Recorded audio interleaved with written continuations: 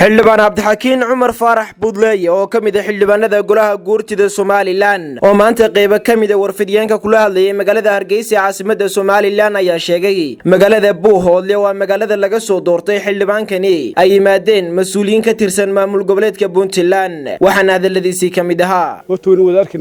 niman meesha maraya oo yiri waxaan ku nimid garow fiisana waa soo goosnay waliba Uganda ku nimid bay fiisana soo goosnay buuhoodle qaar baa ku tiraabay markii hore nabadgelyada buuhoodle waa tam waa wax Ilaahay loogu mahadnaqo roobkina uu helo laakiin waxaan halkan baa uga daray u sheegaya shacabka degan gobolka buuhoodle in nabadgelyada ilaashadaan oo waxa la wixii nabadgelyada ka soo horjeeda ay iska qabtaan oo ay ugu horeeyaan markii yimid dooraad magaaladaas أول واحد كتب يكسر قلي أول واحد شيكتي بوهله وبودلان باونا يجوا قارنا الشيء إن تيجي وصل قصتين قارنا لأنه أجي هميش أي صومرين ويتوب أي صومرين نكون ماشي أو معموله لكن ملك هذا قبض سوريكو واحد معموله كمله واحد ديا بقدر كليه إن واحترنا كمله مركب واحد الله ورنبت جليده هلا إلى عليو نبت جليده هلا إلى عليو وربوه هذا واحد يكون عنا ما هو نبت جليده nimanka bariyahan badhadhaga ka waday buuhoodle ee dooraad yimid ee intii ku horeysay gacanta ku hayay ee la og yahay midiyahan de laga daawanay ka daawanay Soomaaliland ka daawanaysaa waxaan leenahay faragelinta ka daayir gobolka buuhoodle anaku meel looga imaan mayno tigina u soo goosan mayne saacadaan u soconayna waan joognaa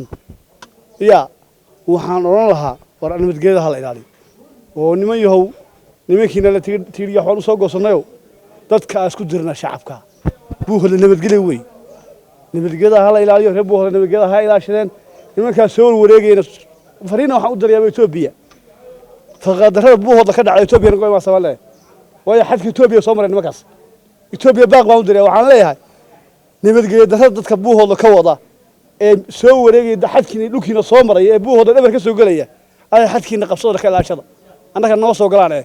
oo ma soo maraan guri Somaliland ma soo maraan taas caawin baan soo marin degmo kala buuhoodle ma soo marin burcayna ka soo gelin Itoobiya ka soo galeen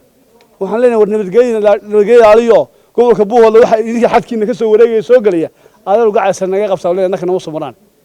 geesta kale xildhibaan Cabdixakiin Cumar Faarax budleeye oo hadalkiisa sii wata ayaa waxa uu sheegay in Professor Cali Khaliif Kaleed uusan madaxweyne u ahayn deegaanada buuhoodle odaga calina waa oday dhulbaantaan oo qanaanigu oday iminka xil u haya Somaliland oo ma aqaan oday madaxweyne aan kala oo ma aqaana Somaliland laba madaxweyne bal hal madaxweyne leedahay waxaan ku sheegay anaka loo doortay baa meeshaas fikirkeeda ka hadli karna oo hadalkeeda ku hadli karna oo doonisteeda ka hadli karna oo nabadgelyada jeedi karna annakuna warkan ku siinay waa warkan walaal adeero warkan weey nabadgelyada dalkaas weeye laakiin wixii soo farageliya xukuumadda Somaliland il gaar ah u leedahay way ku haysaa annakuna waa ka warhaynaa وناصر عبد القادر عبد الوهاب ناصر تلاسبه وركة تلفزيون بدعس هرجيسة